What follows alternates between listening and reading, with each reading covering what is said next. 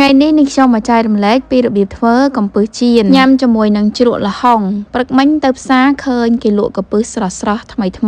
ពងឡើងពេញពោះក៏នឹកឃើញយកមកធ្វើកំពឹសចៀននេះញ៉ាំព្រោះធ្លាប់មានអ្នកសនំពោខ្ញុំដែរតែអត់ទាន់បានធ្វើជូនគាត់ទេមុននឹងឈានចូលដល់វិធីធ្វើសូមបងប្អូនជួយ share វីដេអូមួយនេះឲ្យបានច្រើនផងដែរកំពឹសនេះមានចំនួន4ខាំទិញមកពីផ្សារហ្នឹងគឺខ្ញុំបានលាងទឹកស្អាតហើយ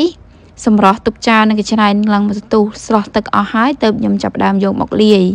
មុននឹងលាយកំពឹសនឹងដំបូងគឺត្រូវលាយម្សៅសិនកូនចានដែលខ្ញុំចាក់ទៅមុននឹងគឺជាម្សៅខ្សាយចំនួន2ខាំហើយខ្ញុំដាក់ម្សៅបំពងស្រួយចូល1ខាំបន្ទាប់មកគឺខ្ញុំចាក់ទឹកចូលបន្តិច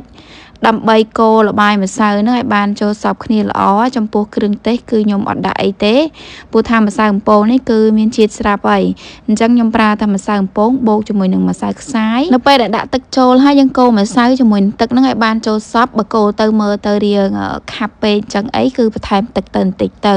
ចំពោះបរិមាណទឹកនេះគឺខ្ញុំដាក់ស្មានដែរទេអញ្ចឹងបងប្អូនដាក់ម្ដងតិចអញ្ចឹងណាកូរមើលទៅបើសិនជាថែមទឹកហើយម្សៅបើយើងនៅតែខាប់បែបនេះគឺអាចបន្ថែមទឹកចូលទៅបន្តិចទៀតបានយើងដាក់ម្ដងបន្តិចស្មានសិនទៅថែមទឹកហើយយើងកូរមើលទៅសាច់ម្សៅគឺខ្ញុំលាយយកមកខាប់ប៉ុណ្ណឹងបើសិនជាយើងជាអ្នកចូលចិត្តញ៉ាំសាច់ម្សៅច្រើនជាងកំពឹសអីបងប្អូនតែឡើងម្សៅតាមហ្នឹងទៅព្រោះសាច់ម្សៅនេះអាស្រ័យលើយើងចូលចិត្តទេបងប្អូនខ្លះក៏ចូលចិត្តរៀងម្សៅច្រើនកំពឹសមួយប៉ុន្តែខ្ញុំវិញចូលចិត្តញ៉ាំកំពឹសច្រើនអញ្ចឹងបងប្អូនលេងមើលតាមហ្នឹងណាបន្ទាប់ពីលាយសាច់ម្សៅរួចហើយគឺយកកំពឹសហ្នឹងមកដាក់ចូលច្បល់ជាមួយគ្នាឲ្យបានចូលសព្វបន្ទាប់មកទៀតគឺដាក់ខ្ទះបើកភ្លើងហើយចាក់ប្រេងឆាចូលទៅក្នុងខ្ទះយើងចាក់ឲ្យរៀងច្រើនតិចទៅដើម្បីបំពងស្រួលបន្ទាប់ពីប្រេងឆាឡើងក្តៅហើយ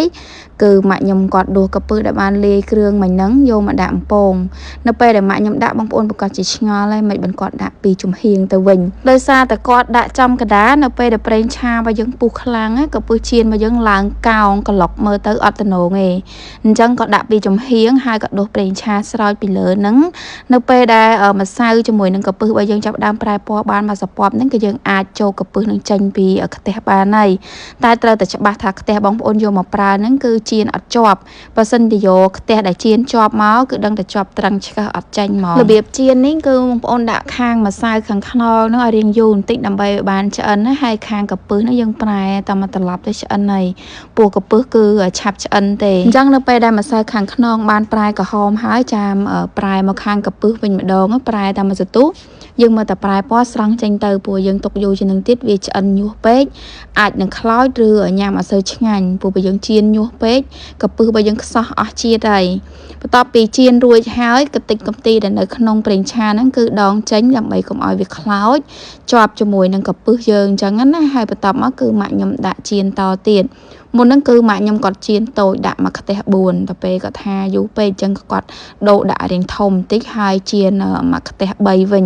អញ្ចឹងយើងលេងមើលតាមហ្នឹងទៅបន្ទាប់ពីក្រហមហើយយើងស្រង់ដាក់កញ្ច្រែងដើម្បីឲ្យវាស្រស់ជាតិប្រេងពងយើងស្រក់ទៅក្រោមយកកញ្ច្រែងដៃឲ្យប្រហោងអញ្ចឹងមកស្រស់ទុកចោលមួយទៅក៏ពឺបើយើងចាប់ដើមស្ងួតអញ្ចឹងខ្ញុំក៏ស្រង់ដាក់ចានអញ្ចឹងណាឡើងឈ្ងុយហ្មងណាសំខាន់ឡើងស្រួយហើយខ្ញុំដាក់ម្សៅនេះអត់សូវច្រើនទេក៏ពឺឡើងច្រើនហ្មង